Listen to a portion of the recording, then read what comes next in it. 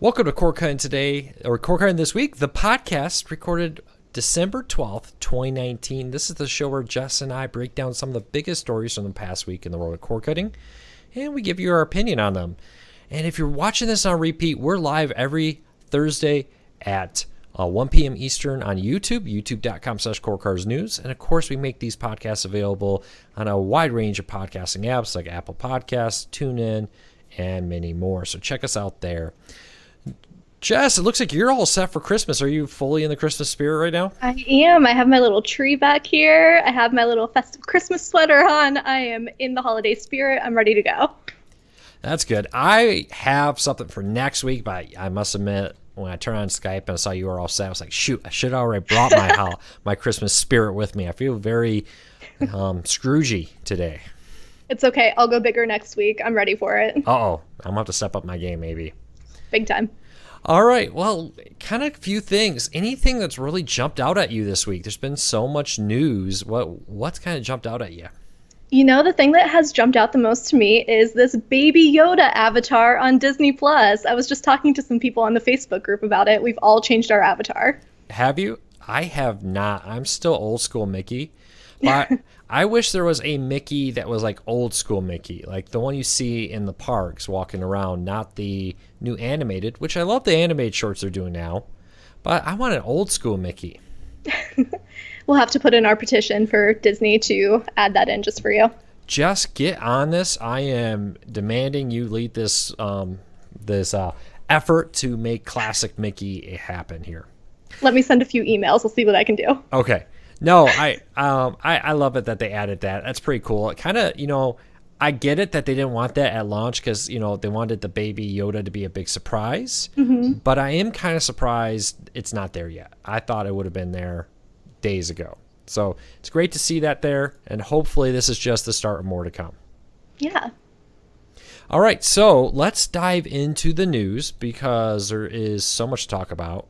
Starting off with, are you ready, Jess? This one may shock you. I'm ready. AT&T TV now may shut down, according to Moffett-Nathanson. What? What are you shocked? Shocked. Okay. Let's see what's happening here. So, Moffett-Nathanson is probably one of the most well-respected analysts in the world of cord cutting. They've really looked into some of the biggest trends, and honestly, when I watch them, I honestly agree with a lot of what they say. They really do a good job of, I think, understanding what cord cutting is and what it is not, which I think sometimes people get held up on when they're in the analyst world. Well, according to them, AT&T has all but abandoned the service. And Broadcast Cable, who has obtained a letter they sent to investors, so they do a lot of these letters which are exclusive for investors, which gives them like their opinions on the market, that AT&T now, according to Broadcast Cable, will soon join the graveyard of PlayStation View. I'm paraphrasing what they said here. So kind of an interesting move there. Now, this does line up a little bit with what we heard over the summer where AT&T's president of their communications, their entertainment group who oversees it, said that, at some point they will, that DirecTV now AT&T TV now is no longer their main focus. AT&T CEO reportedly told CNBC during an interview that they will merge DirecTV now called AT&T TV Now, into HBO Max. So there's one unified user interface, one unified search feature there, and more. So I'm very likely to believe that this isn't necessarily about, hey, we're just going to say goodbye to live TV streaming, but maybe that we do away with the idea that there will be a live, or that there will be a separate app, a separate service. Now, will they shut down that service and move everybody over? We'll have to wait and see. I don't know, Jess. What do you think of all this? I'm not surprised about this. I know I did fake the shock at the beginning, but my acting skills, I know, are very convincing. But I'm not very surprised about this. We've kind of been talking about this a little bit, that they would be better off combining all of these into one service. They've made it very clear that HBO Max is really what they're focused on. So it makes sense to me that they would just kind of roll this all into one service and just kind of simplify everything a little bit. The only thing that I wonder is this. Will they just cold turkey say, guess what, everybody who has AT&T TV now, December, whatever, your service is shutting down. If you want live TV, you can sign up for HBO Max. Now, HBO Max, during the announcement of it, said that live TV would be added in 2021. So that leads me to think that this probably won't be shutting down tomorrow. Yeah, it makes sense that they would just sort of phase it out instead of dropping it. Do you think they'll merge it in and just be like, hey, guess what? We're merging you in. You can take it on over to HBO Max if you're an HBO Max subscriber. Or is this like a cold turkey, which could eliminate all the grandfather plans? Say, hey, guess what? On this date, it's shutting down. You need to sign up for HBO Max and then you need to add the live TV package on top of it. You know what? That's a really good point, and that would kind of go along with what AT&T has been saying about their plan to get rid of these less profitable plans that people are on, because some of these grandfathered plans, people are getting some really good deals, and it seems like AT&T isn't loving that. So it would make sense if they just said, we don't offer this anymore, but here's HBO Max, and then they could set it up the way that Hulu has, where they have their higher price tier with live TV and their lower price tier of on-demand. Yeah, that makes sense to me. I honestly like the idea that, hey, HBO as a business, pure business here, hey, HBO Max, $14.99. You want to add live TV, it costs you $59.99, $60 in total with your HBO Max. I think the Hulu plan there is actually a really great plan that when you look at it, at $49.99 right now, I know it's going up next week, but when you take out the on-demand part, that plan is really just $49.99. So we'll see. Yeah, I think it would really make sense for them to do that, and I kind of hope they do. I think Hulu has a really good strategy of even letting their customers know how easy it is to switch from one tier to another and back again. And they say, yeah, if you only want live TV during football season, great, just move up to that tier and then you can move right back down. I think it really helps them deal with customer retention, because people will just have so many options of different things that they can do. So I think that AT&T would be smart to do something similar. Yeah, let's be honest. Most people don't want live TV year round. Other than football and maybe some basketball season, I could care less. So I'm very excited to see that this is here. I'm very excited to see AT&T move in that direction. And I think they should continue to try to develop that. Now, I am very worried about how they do this. AT&T could really screw this up if they are not careful with how they merge people over to HBO Max, because I think that's going to happen. I do think both AT&T Watch TV and AT&T TV Now are on its deathbed. We just learned moments before going live that AT&T TV, which is a completely separate third service, will be going nationwide on February 2020.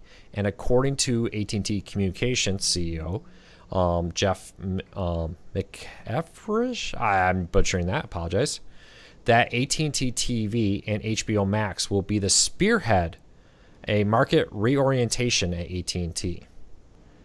So that should be interesting to see how that plays out.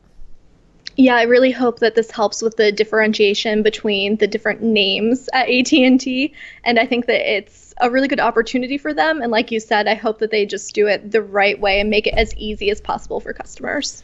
Yeah, honestly, with AT&T TV and AT&T TV, or AT&T TV and HBO Max, do you really need Watch TV? Do you really need TV Now if you can integrate it into HBO Max? As a business person, if I was the owner of AT&T, that's what I would do, just to remove the confusion. And let's be honest, there's a lot of it. Yeah, I agree. All right. Any last thoughts here? No, but as always, we will stay tuned for more AT&T news. They are always coming out with something interesting to talk about. I'm going to put you completely on the spot here, Jess. Sure. Let's go. Let's get you on the record. I'm ready. AT&T TV, let's start off with Watch TV. Dead before before summer of 2020? Or do you think it holds on until the launch of live TV on HBO Max in 2021? Now, this is Watch TV, not TV Now.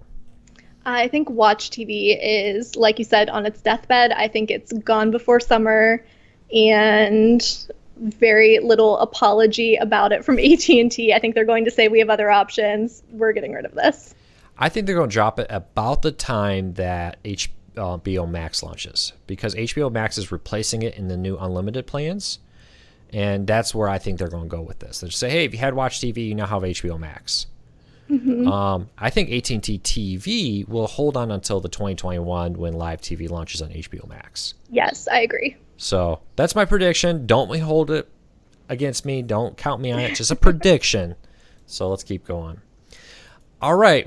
I hate cable TV bill of hidden fees. Jess, do you hate cable TV hidden fees?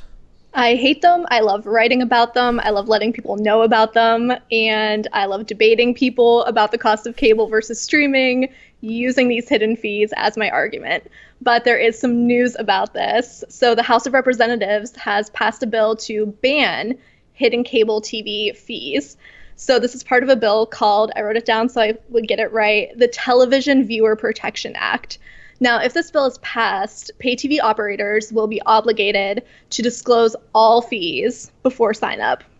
And also, if there are any kind of fees that aren't disclosed, customers will have the ability to cancel within 24 hours of getting notice of those costs.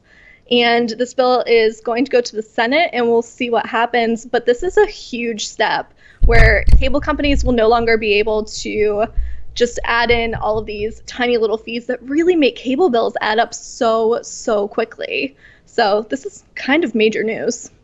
Yeah. Now, will this make it through it? Will the president sign it? That's all questions there. But it's nice to see this happening, that there's a discussion about it, that we're going to have a conversation about, free trials and free and fees, that, hey, we have to fully disclose that there's fees on these services when you sign up. And I think the main thing that really catches people here is the signing up over the phone, because everything sounds great. Hey, you pay this price, you do this, everything is great.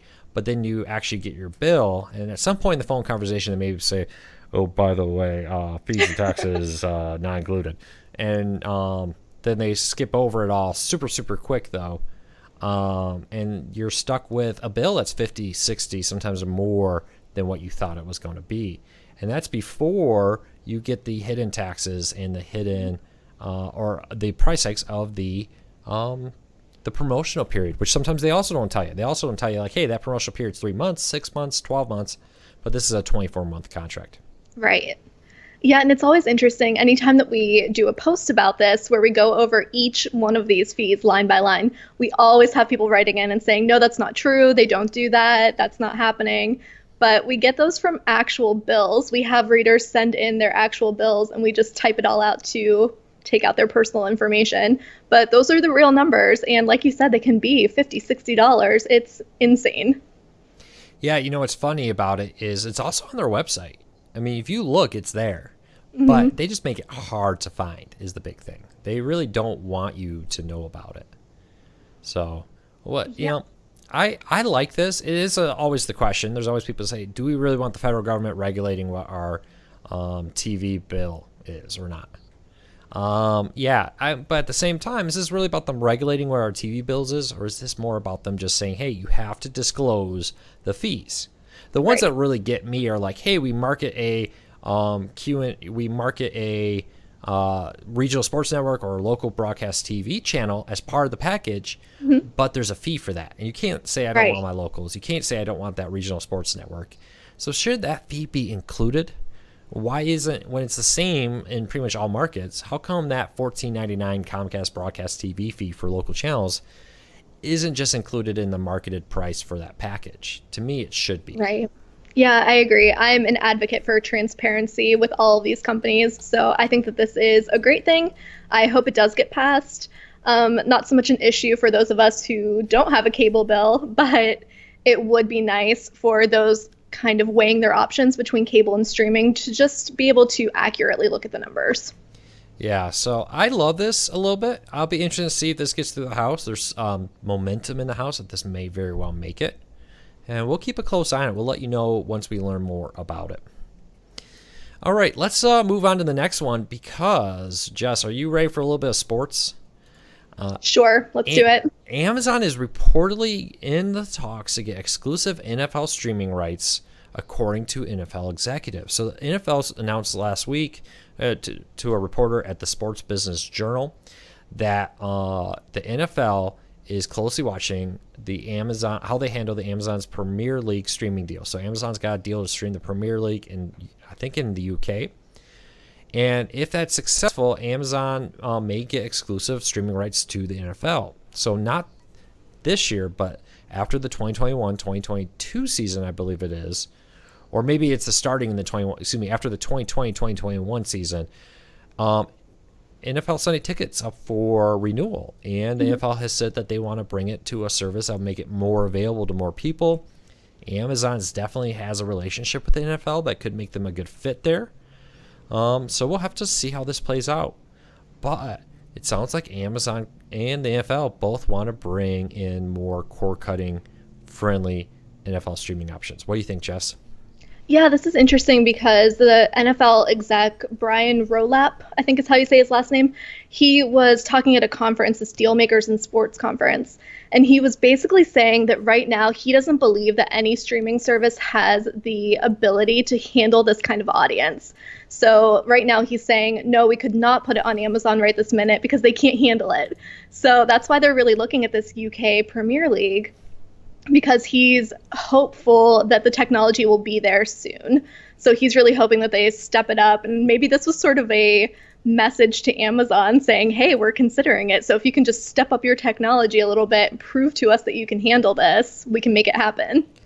You know, that to me is kind of weird because Amazon is already streaming NFL Thursday night games without issues. And you look at, I'm sure YouTube would be like, NFL football viewership, I mean, we do that at like 2 a.m. Without problem. So I think it's a little insulting a little bit to them to say that, because I do think there are services out there that could easily handle NFL.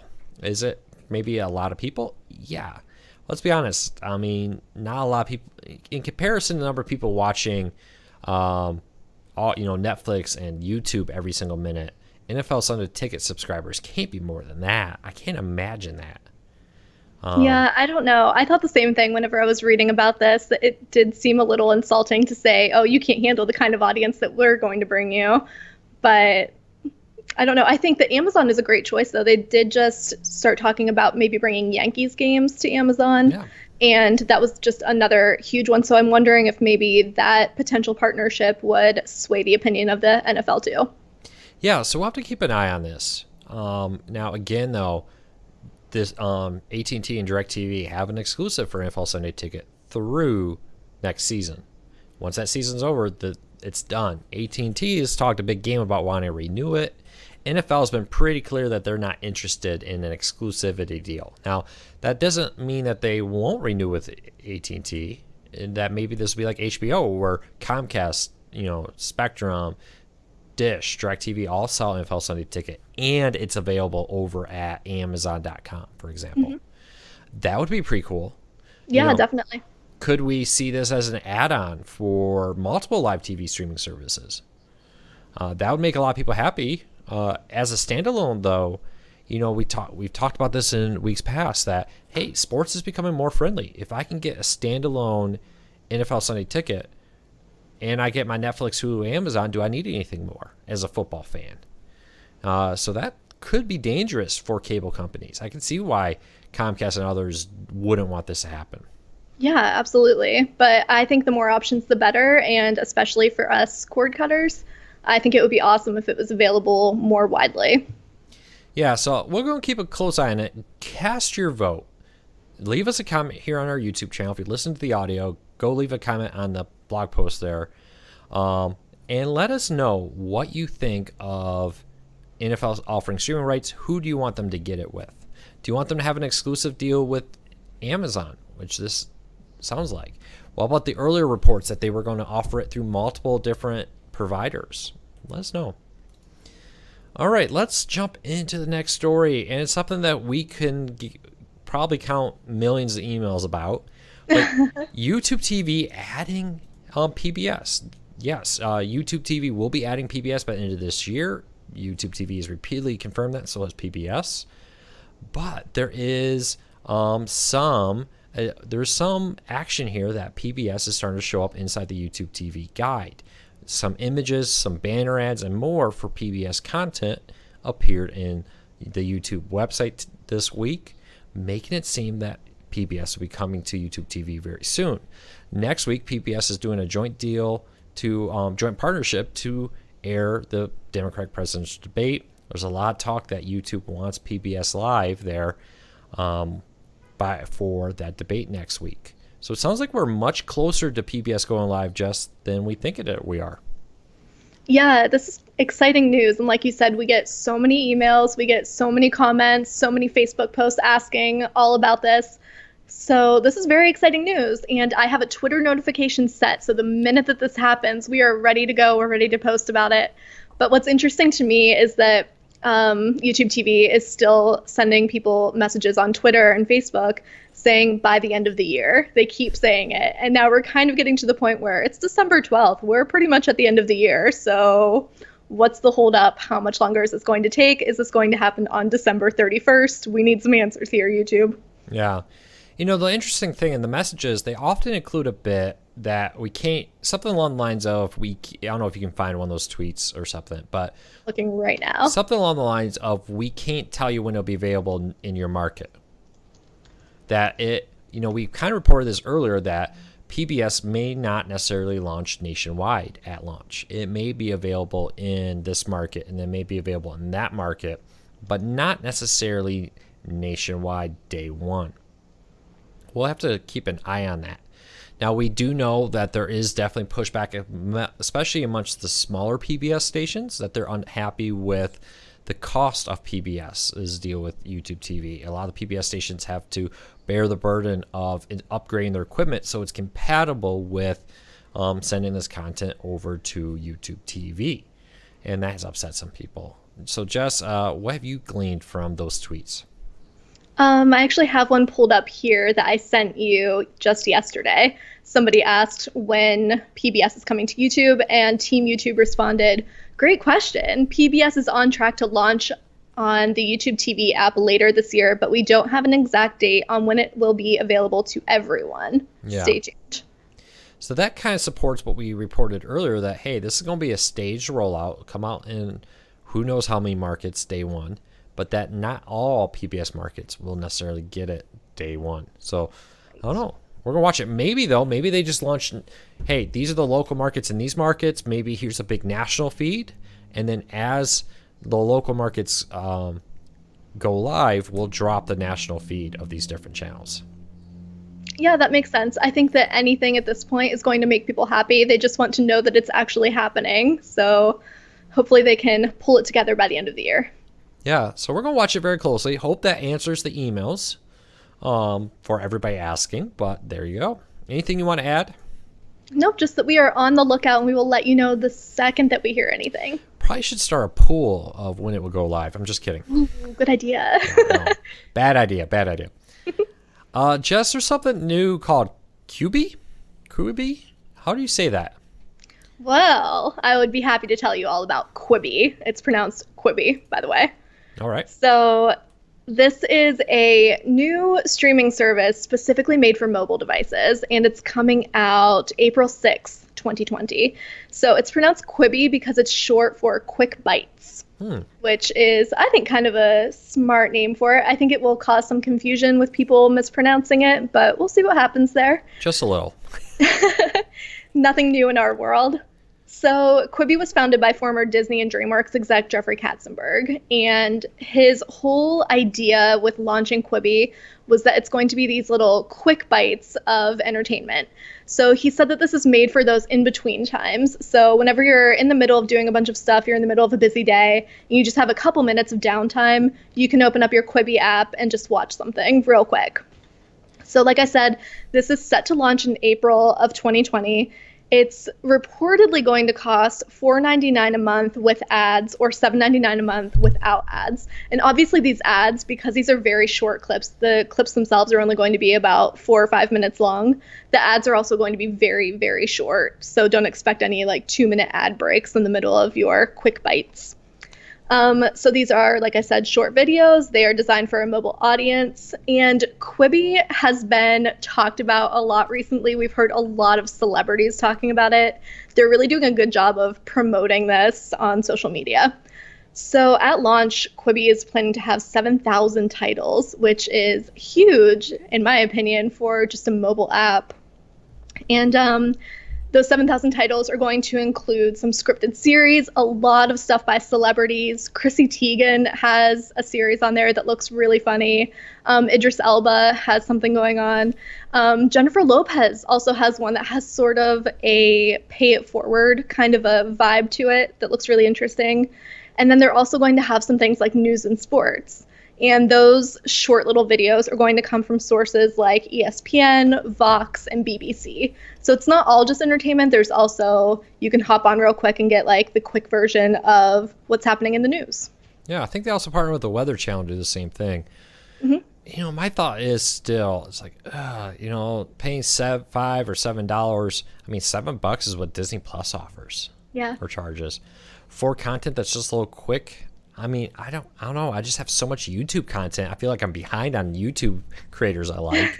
Well, yeah, and that's what a lot of people are saying, that this is too similar to Facebook Watch and YouTube are the two that it's getting compared to a lot. Yeah. Both of those are free to watch. And people are saying, why would I want to pay for something I can watch for free? I think Quibi is really going with this whole thing of getting celebrities on board and having this exclusive content with some of your favorite influencers and celebrities. This definitely feels like stuff that in 6 months we get an email. We now have a free tier. Yeah. Or we're down to $1.99. Yeah. Or maybe they'll take the CBS All Access route and say, have a month for free. Have another month for free. Here's 3 more weeks. Here's 6 months. Just please don't leave us. We need subscriber numbers. No, I mean, if I were them, I would try to get that price way down and run ads. I know there's people who don't want ads, charge a premium for ad-free. Mm-hmm. But I think there's a lot of people who don't mind ads, who are happy to watch ads if it means they get good premium content cheaply or for free. I'm just not sure. With so many competitions out there, I don't know. Maybe I'm not the demographic. Maybe this is much more targeted to people who are on subways and public transport a lot more often than I am, where you're sitting on a train or a plane watching these little clips, versus me who drives to my office and isn't just looking for like a 5-minute time kill. Yeah, I think you're right. And I mean, they do talk a lot about how they have news and weather and sports and that it should reach a very wide audience, but it does seem like it's really geared toward a younger crowd. They keep talking about how this is a mobile app, so it's for people who are just used to being on their phones all the time. And they don't want to take the time to sit down and watch a 30-minute episode of something on TV. They just want to look at their phone real quick. It really is like gearing toward people with short attention spans, it seems like. And yeah, I think teens are going to be a huge audience for them. What I would love to see is for them to, like you said, do a free tier with ads and then make that $4.99 price point the paid version without ads.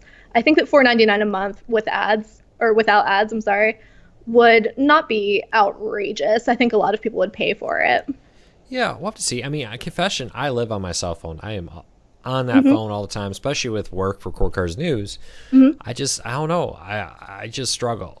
And nothing I've seen jump up at me has really jumped at me, but it's definitely targeting a younger audience, the content, a lot.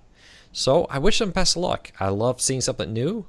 I would be very interested in see how successful this is. So just get your prediction. Successful 2 years from now or not?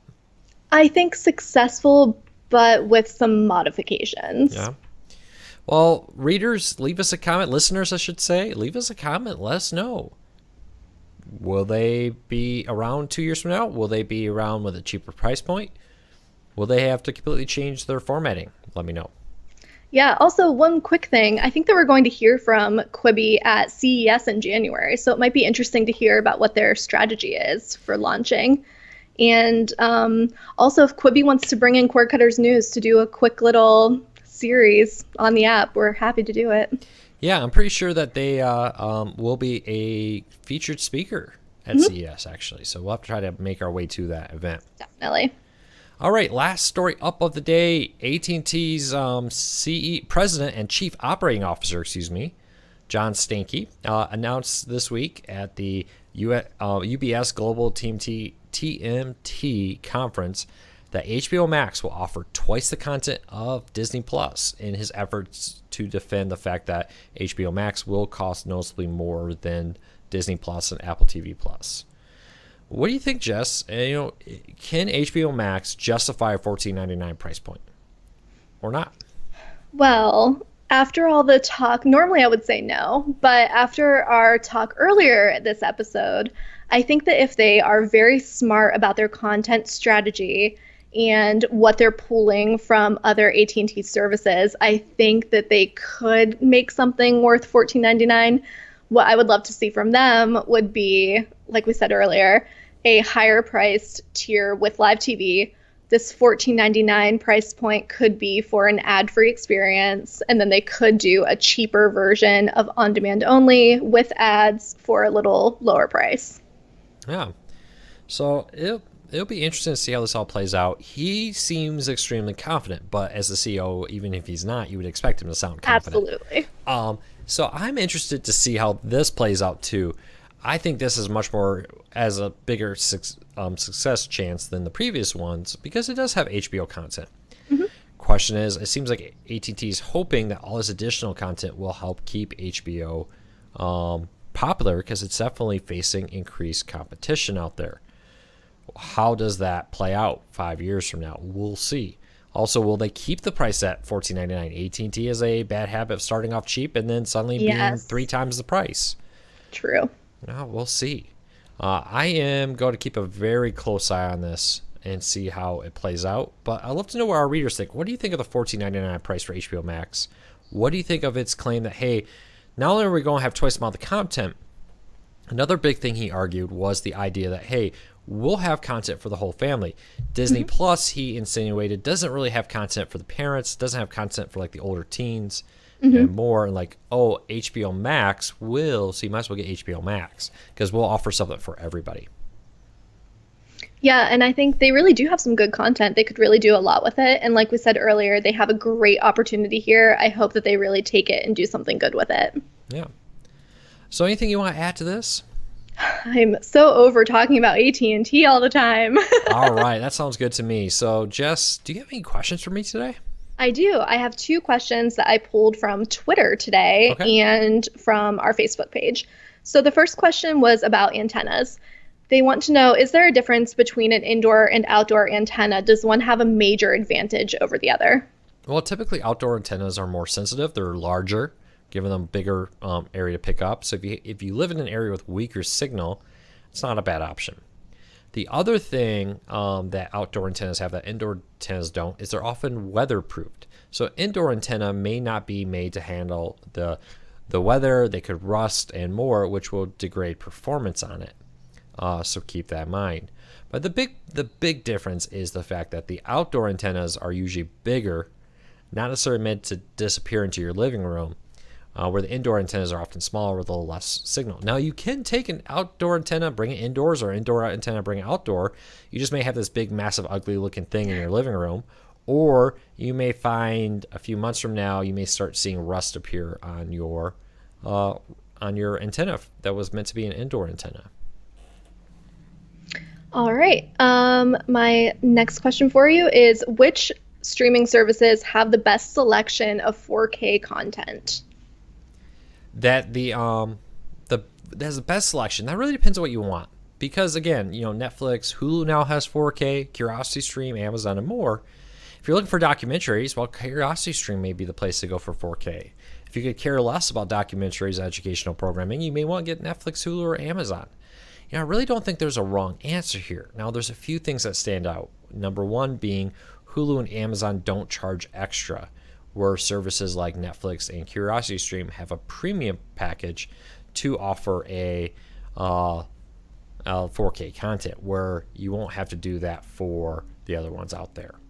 So hopefully other services will drop their 4K content and allow us to access everything without having to pay more to get 4K. Yeah, it seems like it's becoming more common. I could see within the next year, everybody just sort of making that more widespread available, making it more Widely available. My goodness. I'm checking in the YouTube comments. I'm not really seeing any other questions, but I just want to say I love the community that's happening on the YouTube page and on the Facebook page. Everyone is just so helpful in answering everyone else's questions. Oh, yeah, that's huge. I did see one conversation while we were doing the podcast that people were asking about Disney or about the Roku Ultra LT doesn't have a USB port. No, the Roku Ultra LT, which is sold exclusively at Walmart, is a stripped down version of the Roku Ultra that does not include the Find My Remote feature, the micro SD card, or the USB port. So keep that in mind. It is cheaper, but it doesn't include the USB port on it. All right, there we go. All right, Jess, what are you watching this week? You will be shocked to know that it's more Christmas. What? This week I've been watching a show on Netflix. It's called Merry Happy Whatever. It's just a very cute, very cheesy family sitcom. It all takes place around Christmas time. I think it's really cute. I like it. It's gotten some not so great reviews. But if you're not expecting anything amazing and you're just looking for some good, wholesome, Christmassy sitcom to sit down and watch in the evenings, that is the perfect one. I was quickly looking up the channel name. The official Garfield and Friends YouTube channel has posted the complete Garfield Christmas special on YouTube for free. And I have to say, this is probably my favorite TV special growing up as a kid. I always loved the Garfield one. I know Snoopy, all that, Charlie Brown Christmas, that's great. But I love the Garfield. He was my favorite comic strip. So if you want a little memory lane, maybe it doesn't quite age as well as the Charlie Brown Christmas, but the Garfield Christmas special is pretty cool. Check it out. I always hated it.